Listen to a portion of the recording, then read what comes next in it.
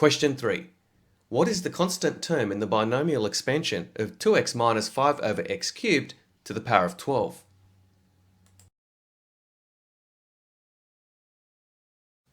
The constant term in the expansion is the term independent of x, which is the result of raising x to the power of 0. Now recall the binomial expansion of a plus b to the power of n. The first term, or term 0, is n choose 0 times a to the power of n times b to the power of 0. The second term, or term 1, is n choose 1 times a to the power of n minus 1 times b to the power of 1. The third term, or term 2, is n choose 2 times a to the power of n minus 2 times b to the power of 2, and so on. So the rth term is tr is equal to n choose r times a to the power of n minus r times b to the power of r, where r is an integer that's greater than or equal to 0 and less than or equal to n.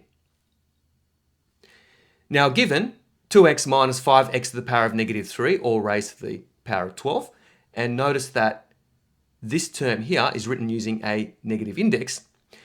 A is equal to 2x, b is equal to negative 5 times x to the power of negative 3, and n is equal to 12. We need to find r such that 2x to the power of 12 minus r times negative 5x to the power of negative 3 to the power of r is a constant.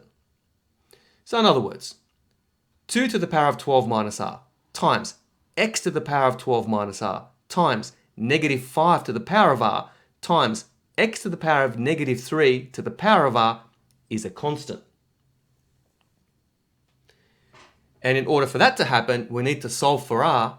X to the power of 12 minus r times x to the power of negative 3r is equal to x to the power of 0, which of course is equal to 1. So that eliminates the x. So 12 minus 4r is equal to 0, and we get that by adding the indices using one of the index laws. So 12 minus r plus negative 3r is equal to 0, and in this case, r is equal to 3.